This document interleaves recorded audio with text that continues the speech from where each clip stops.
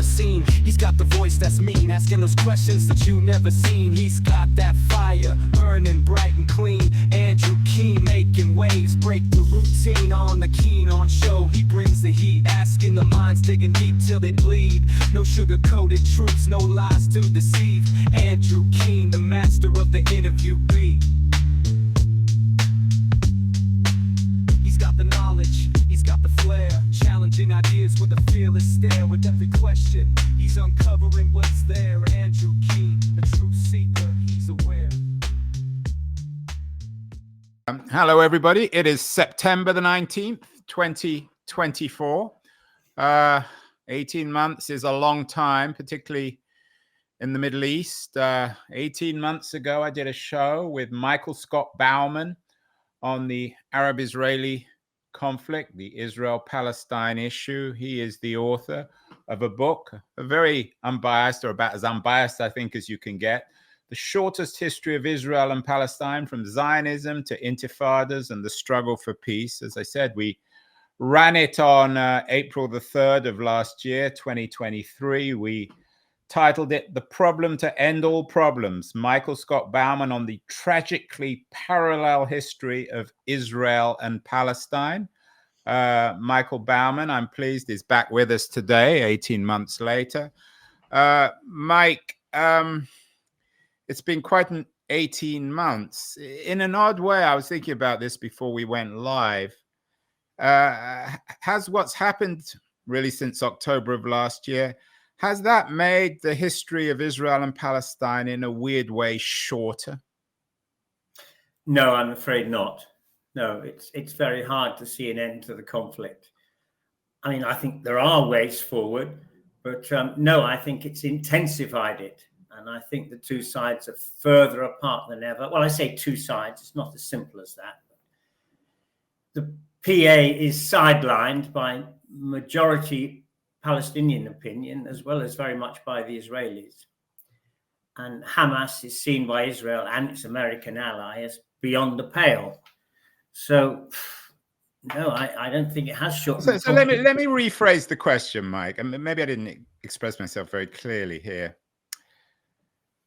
You're, as I said, you're about as unbiased as you can get. The book on Amazon has almost 200 reviews. You've got 4-star reviews, as you suggested to me before we went live. If you do have any critics, it's from Israel, but most Israelis, I think, and Jews acknowledge that you're doing your best to be fair. But for most people, this history of Israel and Palestine is so simple. You don't need me to tell you this. It's so black and white. It's so bound up in one side being good and one being evil, that what's happened since October has only compounded that. That's what I meant. Is it nothing much? I mean, obviously, everyone talks about this enormously tragic, this catastrophic event in October that resulted in the Israeli invasion of Gaza. Today, Israel's been sending bombs all over Lebanon. We're on the brink, it would seem, of another Middle Eastern war, maybe even bringing in Iran. But my question is, has anything really changed? Has it only compounded the divisions, the narratives, the sense of injustice and anger and violence? I think you're right. I think it has impounded all those factors. Yes. I mean, the occupation is more entrenched than ever.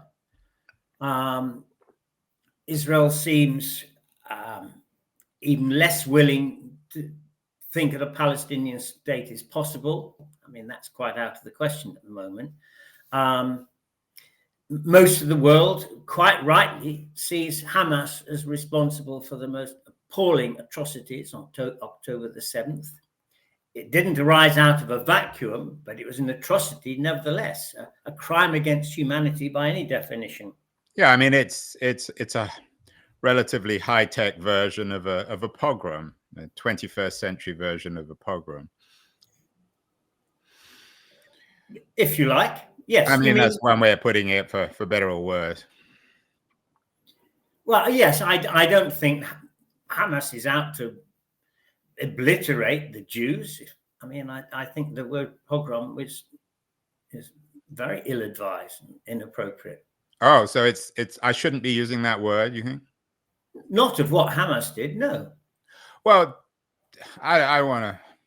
I mean, a pogrom was a word associated with the Russians rather than the Tsarist regime rather than the Nazis. I mean, Yeah, Russian pogroms weren't the final solution. They were just simply anti-Jewish riots. yeah, I Anyway, I mean, we don't need to go. I mean, we get stuck in all these, we get lost in all these rabbit holes, Mike.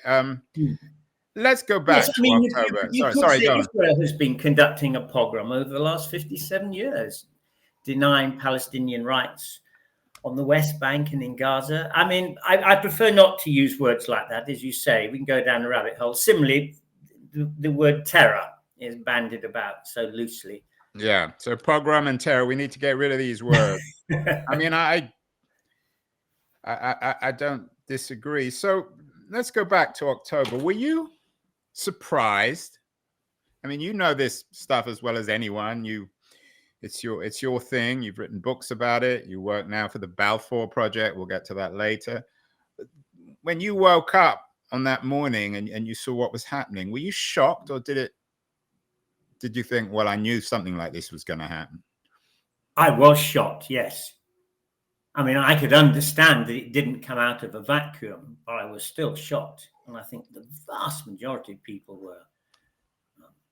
Were you? Yes. I mean, my response and my reaction, and I don't know this stuff like you do, but I follow it, was obviously surprise, shock. But my shock was about the stupidity of the action. Did it make the Hamas action, this kind of invasion of Israel, quasi-invasion, did it make any military or political sense to you? Hamas was well, okay. I think it wanted to derail any likelihood of another one of these Abraham Accords, this time between Israel and the Saudis, the most significant Arab nation, if you like. But Donald Trump's supposed achievement. Yeah, I was surprised by the success that Hamas had and how ill prepared the Israelis were. If the Hamas had just attacked the Israeli military, I don't think it would have been quite such the atrocity as it was, but the quite gratuitous killing of men, women, and children and the youngsters at an outdoor festival was truly shocking. Mind you, I find it shocking, really, that an outdoor music festival would be held right on the border. Why? Well, because it's so tense on that border. I guess it was indicative of the Israeli authorities feeling that they had the border sealed so well that it couldn't be penetrated, and yes, the organizer of the festival similarly believing that Israel was unbeatable. And the Palestinians were out of sight over the other side. Right. And I'm not sure if you've seen the movie or read Martin Amos's book, The Zone of Interest. There's a new movie out. There's a quality to that border, which is like the zone of interest, where no one wanted to know what was happening on the other side. Right. There are all sorts of conspiracy theories here. I know you've written an extension to The Shortest History, which is going to be out later this year. So maybe we can talk about that in a minute. But all sorts of conspiracy theories. I've read lots suggesting that from Netanyahu's point of view, this wasn't necessarily a bad event. Was this, or is this a catastrophe for Netanyahu? No, I mean, I'm very wary of conspiracy theories, but certainly while the war goes on, he's less likely to be displaced, and therefore he's less likely to lose power and to be put on trial for corruption. I'm not saying, therefore, he would have supported this attack and the opportunity it gave him. I mean, obviously, I'm not part of those conspiracies. I'm not suggesting he was, but it seems to have, the narrative seems to have worked out well in some ways for him. Is that fair? Yes. Excuse me. I got someone doing work next door. Just let me shut the door. It's Netanyahu. I had asked the builder to stop at 4 o'clock, but anyway. Go on. So so back to Mr. As Netanyahu. long as the war continues, I don't see any likelihood of Netanyahu falling from power. We're told continually, we're being told of the divisions within his administration, that he's at odds with the Defense Minister Gallant, and that he's because he's so dependent on the support of people like Ben-Gvir and Smotrich that he's not likely to bend. Not likely to make peace except on what he sees as hugely advantageous terms. Mike, this week the Israelis pulled off a remarkable, it seems, at least in technological terms, a coup in Lebanon, sending bombs in communications devices. The Hamas invasion of Gaza was much more low tech, but did it reflect a cleverness on their part? Were you surprised by their ability to pull this thing off? As you say, they got a bit lucky, perhaps, but it was, in its own way, quite an achievement, wasn't it? It was a very significant achievement, and in the weeks following, we were led to believe that it had been long in the planning, and I suppose most of us should have guessed they might have been planning something like this, long in the planning and kept very secret. And when you consider Israel's huge technological superiority and ability to track its opponents, it is astounding that Israel got no wind of this. Is this a bug, though? Do you think it was, in Silicon Valley, we use this term, was it a bug or a feature of the Israeli defense system? Did they just overlook this one? I mean, in the months since, they've achieved all these high-tech assassinations. What's happening this week in Lebanon is astonishing, shocking for many, but astonishing for others. Does this reflect a problem with the Israeli defense forces, or was it just one mistake? Well, there'll certainly have to be an examination when the fighting dies down. I'm sure there will be a talk for an analysis of how the Israelis were caught off guard and why the military response was delayed. I forget by how much it was delayed, but I think it's widely agreed that it was delayed. I'm sure there will have to be an analysis of what went wrong. But meanwhile, as you say, we repeatedly hear of Israel's astounding technological achievements, which are considerable, for better or worse. I mean, for some people, this is it's a terrible crime, and probably it's a combination of both. It's no wonder that many Arab states are keen to get their hands on Israeli armaments and surveillance equipment, which I'm sure has been one of the motives for those Arab countries that have signed accords with Israel. It does give them access to the most advanced. Right. So going back to your point about the Abraham Accords, which Donald Trump claims as his achievement, which, of course, I guess in a sense it was. Why is Hamas against the Abraham Accords? Because these accords, they always push Palestinians to the side. I mean, the states with which they've made agreements may have said, look, we want to see some movement on peacemaking, but I think the Israelis have stood out against it and done so very successfully. Whether they would be able to do so with Saudis or not, I don't know. But Saudi, as we know, is a highly authoritarian regime. And I'm not sure how much the Arabs on the street influence they can have on the Saudi government. You use this phrase, the Arabs on the street, Mike. It's been a phrase that's been used for a century now. Is it even relevant today? I mean, where are the Arabs on the street? In Iraq? In Jordan? Yeah, okay. Public opinion is highly, very much controlled in countries like Saudi Arabia. Yes. And then let's bring in this is such an international crisis. There are people who argue that this was essentially an Iranian operation. What are the relations between Hamas and Iran? And how much did Iran know about this this invasion? I'm not an expert on Hamas-Iranian relations, to be honest. Iran is supportive of Hamas, but I'm not aware of it providing vast amounts of arms like it does to Hezbollah. It's certainly not an Iranian proxy, although Israel and to a certain extent the United States might like to portray it as such. Widening the war does help Netanyahu maintain US support, because any threat from Iran and the US will back the Israelis to the hilt. And we know there are 2 American aircraft carriers in the Eastern Mediterranean. So maybe Israelis' actions in the north deflected some of the world's attention for what's happening in Gaza. And what about Hezbollah? They're in the news this week because of this this Israeli attack.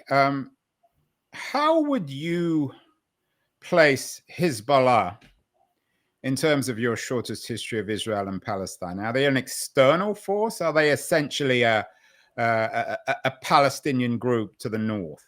No, they're Shia Muslim, not a Palestinian group. There are many Palestinians who are part of Hezbollah. Is that fair? Well, it's largely a Shia Muslim grouping, and it was created by Israel. It was a response to Israel's invasion and occupation of southern Lebanon in the early 1980s. That's where and when it arose.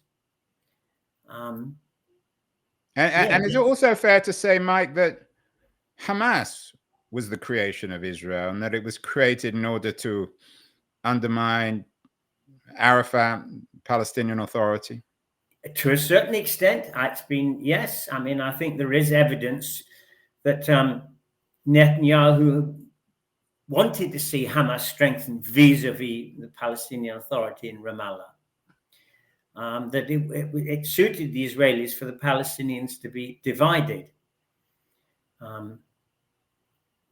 Yeah, we've got this, as we called it last time you were on the show, the parallel histories of Israel and Palestine, tragically parallel. Are there parallels then between Sinwar and Netanyahu? They seem to, in some ways, share similar goals. This perpetual state of war, of terror, of terrorism, I know you don't like those words, or violence, seem to suit both of them. Maybe. I mean, I personally believe that Hamas has let it be known that it would recognize the state of Israel once the occupation of the West Bank and Gaza was ended. It may not have changed the terms of its charter, but I mean, there has been contact between members of Netanyahu's government, kept very secret, members of Hamas in previous years. And Hamas has let it be known it would recognize a Palestinian state alongside Israel. But yes, but it's not going to do so until the occupation has ended. Hamas has seen what happened in Oslo, that the Palestinians made peace, they renounced the use of violence, they recognized the state of Israel, and the Palestinians, perhaps naively, were led to believe that this was the first step towards the creation of a Palestinian state. But there was no recognition in the Oslo Accords of Palestine's right to a state of its own. So I think Palestinians supporters of Hamas and Hamas leadership looked at what had happened to the Palestinian Authority. They'd made peace and it got them nowhere. In fact, the occupation in the West Bank became even more entrenched after Oslo. So I think Hamas would say only when the occupation has ended could we even consider recognizing the state of Israel. And meanwhile, the headlines this week on Netanyahu is that his map of Israel, and this is according to Haaretz, an Israeli newspaper, shows the map of Israel from being, quote unquote, from the river to the sea. Has this given an opportunity for Netanyahu, and you mentioned Smotrich, some of these other extreme right-wingers within his government, to essentially end any talk of a two-state solution? I think any talk of a two-state solution doesn't exist in Israel anymore. And I think what's happened since October the 7th makes Netanyahu and his right-wing allies, and many in Israel, keener than ever to entrench Israeli control of the whole area from the river to the sea. Yes, indeed.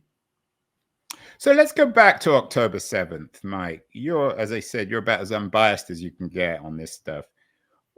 What would have been, in your view, the correct Israeli response to this violent incursion? Well, I wasn't at all surprised at Israelis' response.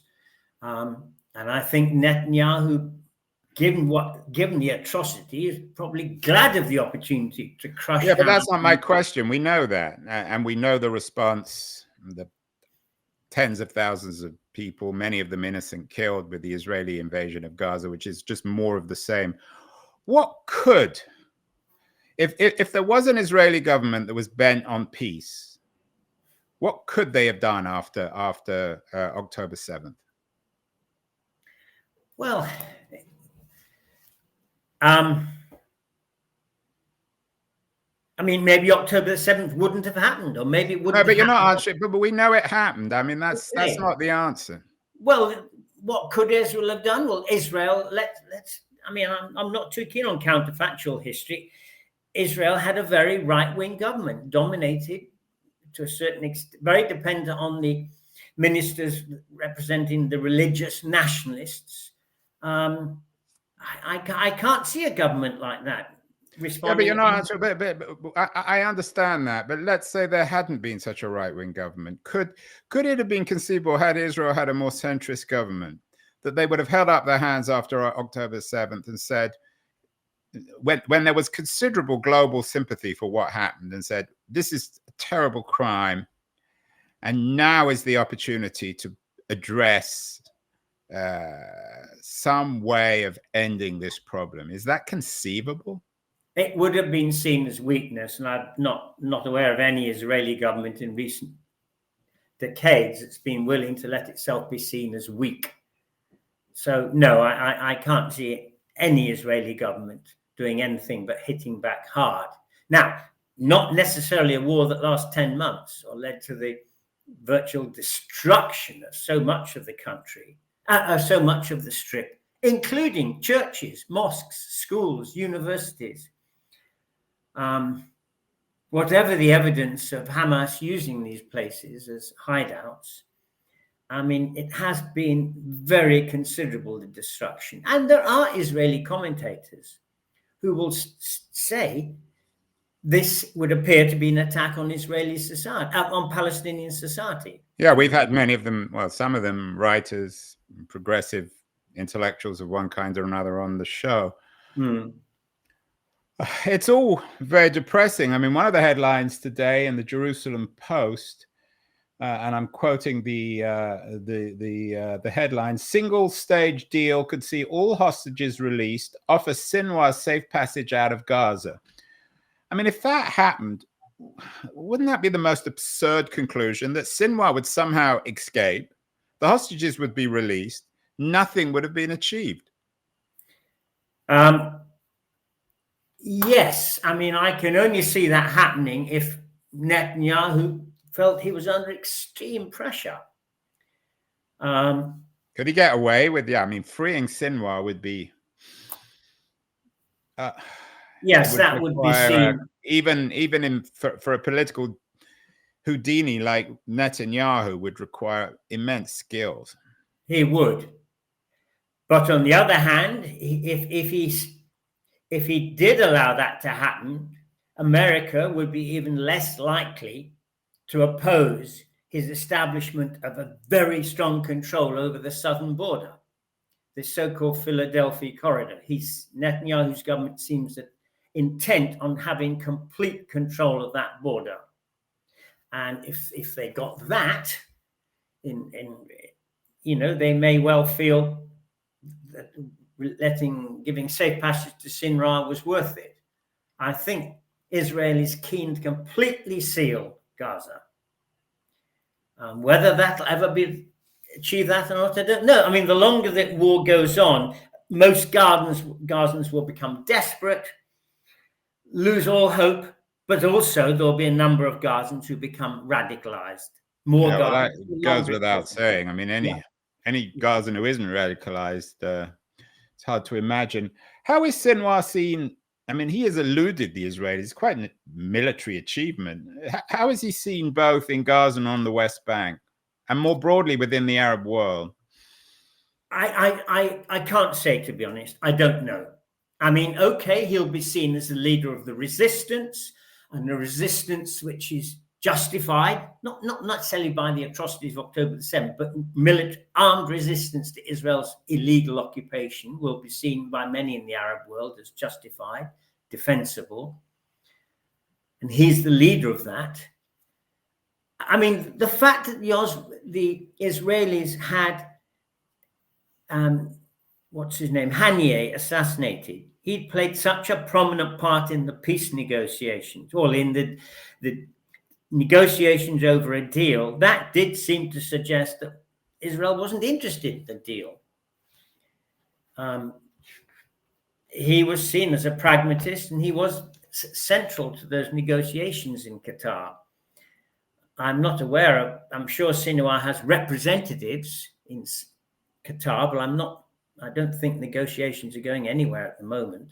Are there alternative Palestinians? I mean, it seems as if what Hamas achieved only underlines the gerontocratic nature of the Palestinian Authority on the West Bank.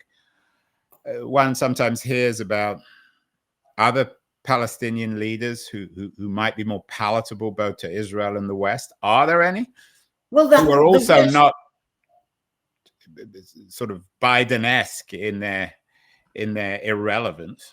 I know. Well, America and Western European countries talk about what kind of Palestinian government we need and we want and is desirable. Ultimately, it has to be the Palestinians that decide how they want to be governed and by whom. And as some say, just as there'll have to be a new election in Israel at some stage in the future, there also needs to be free and fair Palestinian elections. There were free and fair Palestinian elections in 2006, but they elected the wrong party. Hamas got the majority. And Israel said, we'll have nothing to do with this. Any government has members of Hamas in it. Israel stopped the import duties they collect on behalf of the Palestinian Authority from reaching Ramallah. And the West then fell in behind Israel and stopped all support for the Palestinian Authority for while there was any possibility of Hamas members being included. I believe that at some stage in the future, the Palestinians have to be consulted about how they want to be governed. And that has to be done in such a way that Israel can't and the West can't veto the results. And again, that's what Gideon Levy of Haaretz newspaper will say. We have to have the Palestinians speak for themselves. So I think all this talk in the West of what kind of government, Palestinian government would be we favor it's not for us to decide. But Jeron Tucker, yes, it's an old man, and he's lost credibility with the vast majority of the Palestinian populace on the West Bank. Yeah. Does Hamas, I always just took it for granted that Hamas was, like most quote unquote, I know you don't like this term, terrorist organizations, whether it's the PLO or the IRA, it's always divided between civilians and military. And it was always, on the one hand, you throw bombs, on the other hand, you get to the negotiating table. And in the end, as with the IRA, although that's perhaps a little bit more complicated, you achieve some sort of peace. Does Hamas fit into that model of being made up of both political and military figures, a resistance group?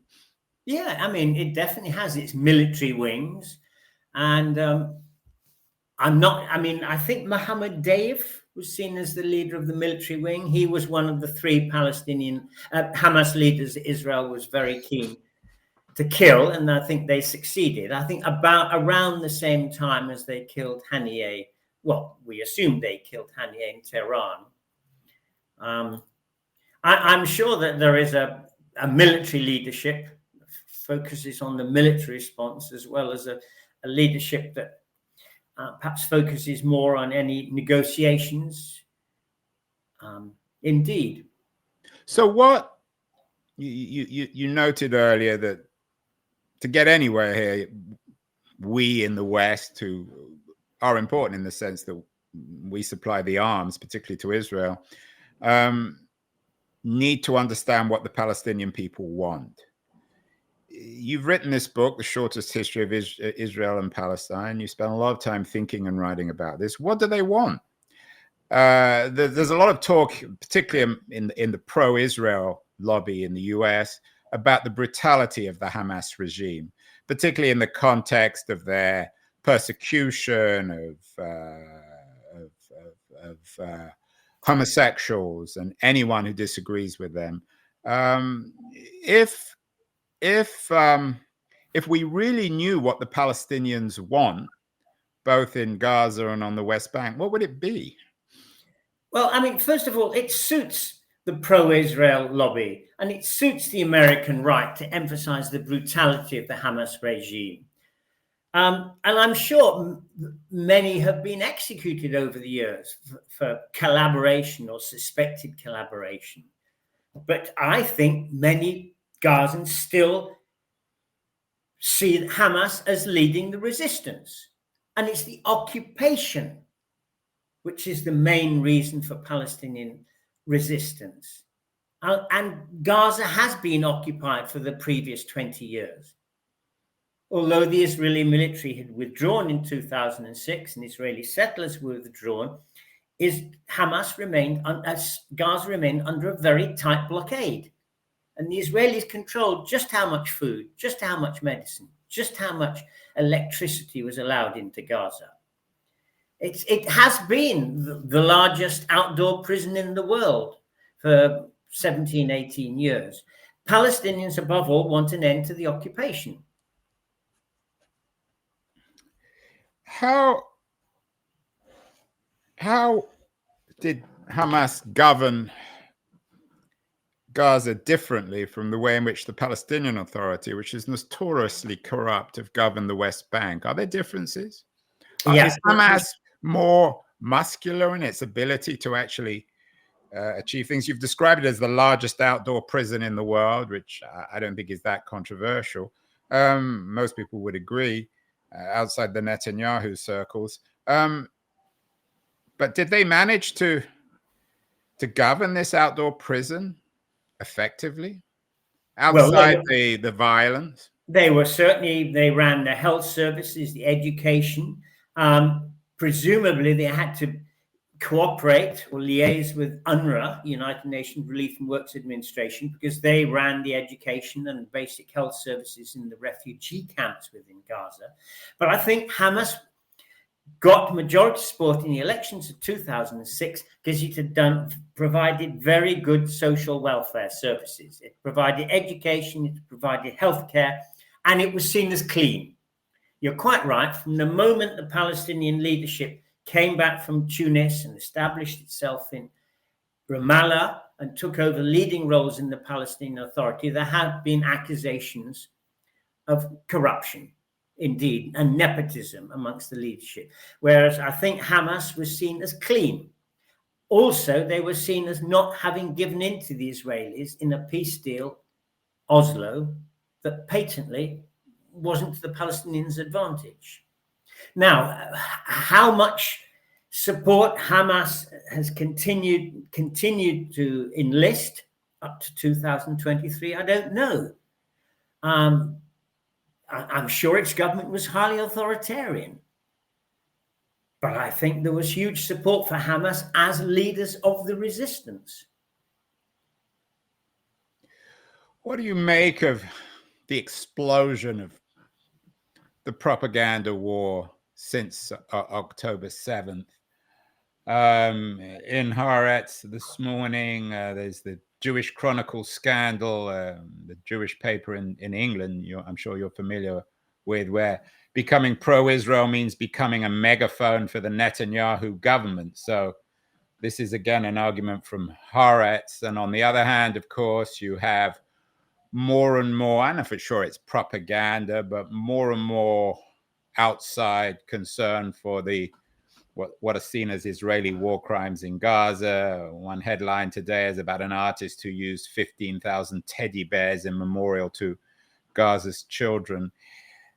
Is this explosion of disagreement and protest and violence in the West on campuses in the United States, is it different, or is it just really, Mike, more of the same? Well, it has taken a different form since October the 7th.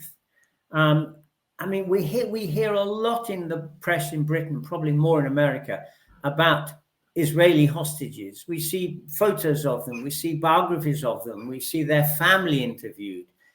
There's much less about that, about the Palestinians, partly because the Western reporters can't get into Gaza. We do hear much more about Israeli victims, certainly the Israeli hostages, than we do about the Palestinians being killed. I mean, I'm kept in contact with what's happening in the West Bank through Israeli as well as Palestinian news sources that tell me much more about individual Palestinian youth, particularly, who've been killed. But most of the Western press, there's much more sympathy for, I think, the Israelis. And I know that Gideon Levy of Haaretz is amazed at how cowed the media in the West seem to be. I think he and other writers on Haaretz are probably more critical of the Israeli government than the vast majority of Western media outlets. Do you think that in 50 or 100 years, when hopefully there'll be some solution to this, historians will look back and see it as, in the same way as we look back at the 19th century colonial history of Africa, and we will see this as a kind of collective shame for this convenient avoidance of what has happened, particularly in Gaza over the last year? Yes, I do. I mean, in 50 years' time, there will still be Palestinians in the area from the river to the sea, whether in Gaza or in the West Bank cities. I mean, Area C, the largely rural area of the West Bank, may well be cleansed, but there will still be several million Gazans living in this land. At some stage in the future, as Yitzhak Rabin said, these two peoples live side by side. They are neighbors. At some stage, they've got to learn to live together, because the Palestinians aren't going to go away. The Israelis may be able to cleanse much of the West Bank, but there will still be, a couple of million Palestinians living in the cities of the West Bank, just as there'll still be hundreds of thousands Palestinians living in Gaza, though under what conditions, I don't know. It's going to be decades before Gaza can be rebuilt. Yeah, I don't know. Will we recognize that this was a settler colonial project in the same way that there were Europeans established? Well, that wasn't what I said, but no, I know you didn't. That's another, and everyone has their own convenience avoidance of the subject. So whether or not it's exactly settler colonialism, to me, is not really the issue. There's some of it, some of it's different. It's just the terrible crime against humanity that's being perpetrated. Yeah. I mean, when we look back and when historians look back, how much of the responsibility will be laid on what seems to me to be the incredibly pathetic response of the US government? I mean, Biden, in my view at least, seems to be absent without leave as president. He doesn't address the issue, and Harris talks about human suffering in Gaza without offering any kind of solution on any front. How much ultimately, Mike, is this the responsibility of a US government that is utterly clueless about how to deal with this problem and incapable of controlling its supposedly junior ally? I think we will look back and see that America bears a huge responsibility. I mean, over the last 50 years, the Americans, often followed by the British and other European countries, have been blocking UN resolutions calling for an end to the occupation. I'm sure they will vote against the UN General, well, they have done, UN General Assembly resolution on the advisory opinion, we will look back and see that America was the one country that could have brought Israel to heel, if you like. I mean, it was interesting, 1992, I think it was, when the Americans were very keen for the Israelis to have face-to-face meetings with leaders of the PLO. It was only when Bush, the elder Bush, I think, threatened to withhold some credits, and the Israelis agreed, we will talk face-to-face. I mean, America has such huge leverage, economically, politically, militarily, and the global South does see the West as duplicitous. Well, it's true, isn't it? I mean, this is not just some sort of paranoia. I mean, there's such self-evident double standards on this thing. I mean, had I don't know, Russia sent devices and blown up thousands of people in Ukraine yesterday, the whole world would be totally, the whole of America in particular would be totally outraged. But given that it was Israel doing this in Lebanon, they got away with it. Yeah, precisely. Yeah. No, I'm sure history will see America bears a huge responsibility, and it's, Western European countries. Well, talking of responsibility, I know you're very much involved with the Balfour Project in terms of taking responsibility. What can we do? You're involved on the front lines here. You're a writer. You're clearly about as unbiased as you can get, although I'm guessing there'll be pro-Israel people in the audience who will claim you're not, but I think you are. What does the Balfour Project do? And what are you trying to do alongside writing these books and trying to... Well, first of all, let me explain the setting up of the Balfour Project. It was established before I joined in 2 or 3 years before the centenary of the Balfour Declaration. And it was so called because prime aim then was to educate the British about Britain's responsibility, historic responsibility for what had happened in Palestine. And that's why I think the name was adopted. Our strapline says we want peace, justice based on equal rights. So yes, we do advocate for equal rights for Palestinians and Israelis. And Which isn't exactly radical. No, it's not exactly radical, but it's a start. First of all, to persuade the British government to recognize Palestine isn't going to make any immediate difference on the ground, but could be the beginning. We've got to keep up our pressure. We hold webinars. We certainly liaise with a limit weekly. I mean, 2 or 3 of our senior people, one an ex-diplomat, someone that worked for the UN for many years, do hold regular meetings with sympathetic members of parliament from all the main parties, so they can put forward questions in parliament, so they can keep up support for attempts to change the British government policy. That's the kind of thing we do. I mean, I very much focus on teaching about the history, and I've spoken at schools and colleges at universities. Most of the questions... history, though, no, I don't mean to denigrate this, because the nature of this show has always been that history matters more than anything else. But does this history ultimately matter because it's so politicized and there are so many deeply entrenched readings? What's the value of understanding this history? To understand how we've got to be where we are today.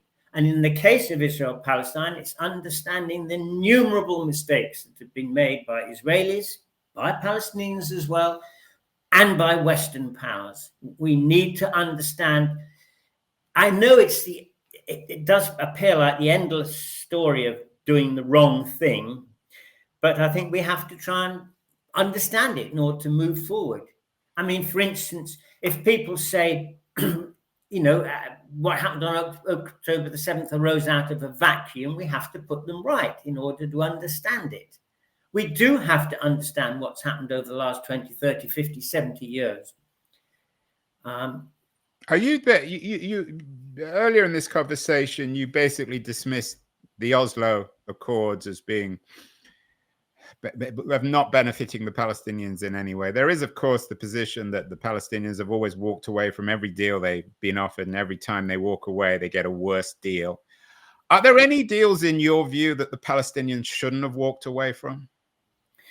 Well, I mean, Oslo, the Palestinians did fully agree to it. They threw their weight behind it.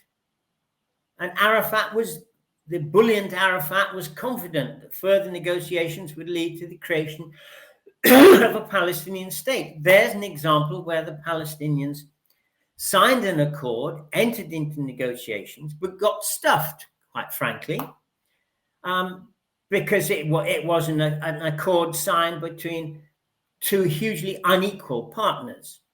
And then it was followed up by the second Oslo Accord of 1995, which gave Israel the right to militarily dominate the most of the West Bank. It gave Israel the right to set up settler-only roads, which crisscrossed Palestinian territory, divided up the Palestinian territory. These are the things we have to learn about. But that's an example of where the Palestinians did make peace, I think, in good faith. For various reasons, it unraveled. It is partly assassination of Rabin. It's partly suicide bombings by Hamas, but it's also terror tactics by a number of Israelis, including the settler who walked into a mosque and killed 29 people at prayer, which in turn very much triggered a second wave of Hamas bombings. Our organization, it might be seen as just a talking shop, but we have to continue to try and educate people. We have to continue to pressurize Parliament, above all, to recognize and implement international law. And then does Israel or this whole thing become a sort of equivalent of Cyprus or the Southern Sudan, a basket case for the UN? Equal rights for Palestinians and Israelis, is that a euphemism for the end of a two-state solution? No. Equal rights could end up with a two-state solution. Isn't a two-state solution, isn't that inconceivable, about as impossible politically as one could get today? I agree, but similarly, a one-state solution in which all Palestinians and Israelis have equal rights, that's equally inconceivable at the present. I agree. So what is conceivable? So we can't have a two-state solution, and in your view, you can't have a one-state solution where Arabs and Israelis get the Palestinians and Israelis get the same rights. What's the solution? Well, it's going to take years and years and years. We have. You're basically saying there is no solution. I'm saying why is it going to take years and years and years when nothing changes and things only get worse? We have to start with the reconstruction of Gaza, and that has to be, I would say, under the UN.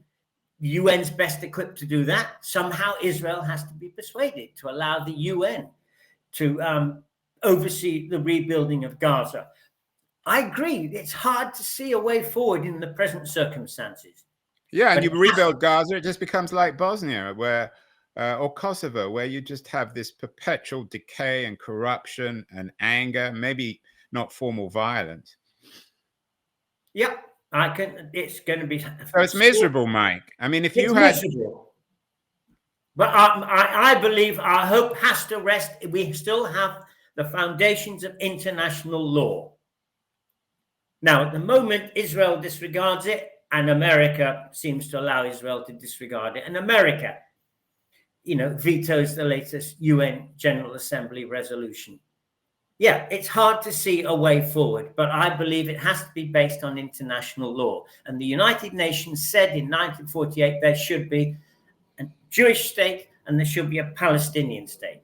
There is a Jewish state, but we haven't got yet a Palestinian state. I'm not saying the Palestinians haven't made mistakes.